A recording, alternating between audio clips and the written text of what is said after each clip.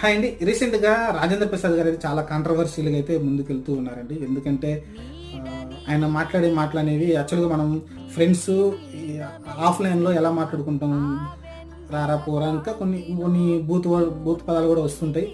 నేచురల్‌గా వచ్చిపోతుంటాయి. అవి మనం కామన్‌గా తీసుకుంటా ఉంటాం. అలాంటి పదాలు ఈయన ఏం చేస్తున్నాడంటే పబ్లిక్‌గా మాట్లాడుతున్నాడు. ఒక పబ్లిక్ ప్లాట్‌ఫార్మ్‌లో ఈ వీడియో దాదాపు చాలామంది లైవ్ చూస్తుంటారు. లేకుంటే రేపొద్దున యూట్యూబ్‌లో చూస్తా ఉంటారు కాబట్టి అలాంటి పదాలు వాడకూడదు. అలాంటి పదాలు వాడకూడదున్నప్పుడు లా అనే పదం వాడాడు ఆయన.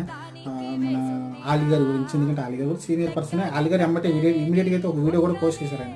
ఒక షార్ట్ వీడియో అయితే పోస్ట్ చేశారు. ఆయన నాకు చాలా దగ్గర సంబంధించిన మనిషి. ఆయన తన కూతురు చనిపోయిన ఆవేదనలో ఉన్నారు.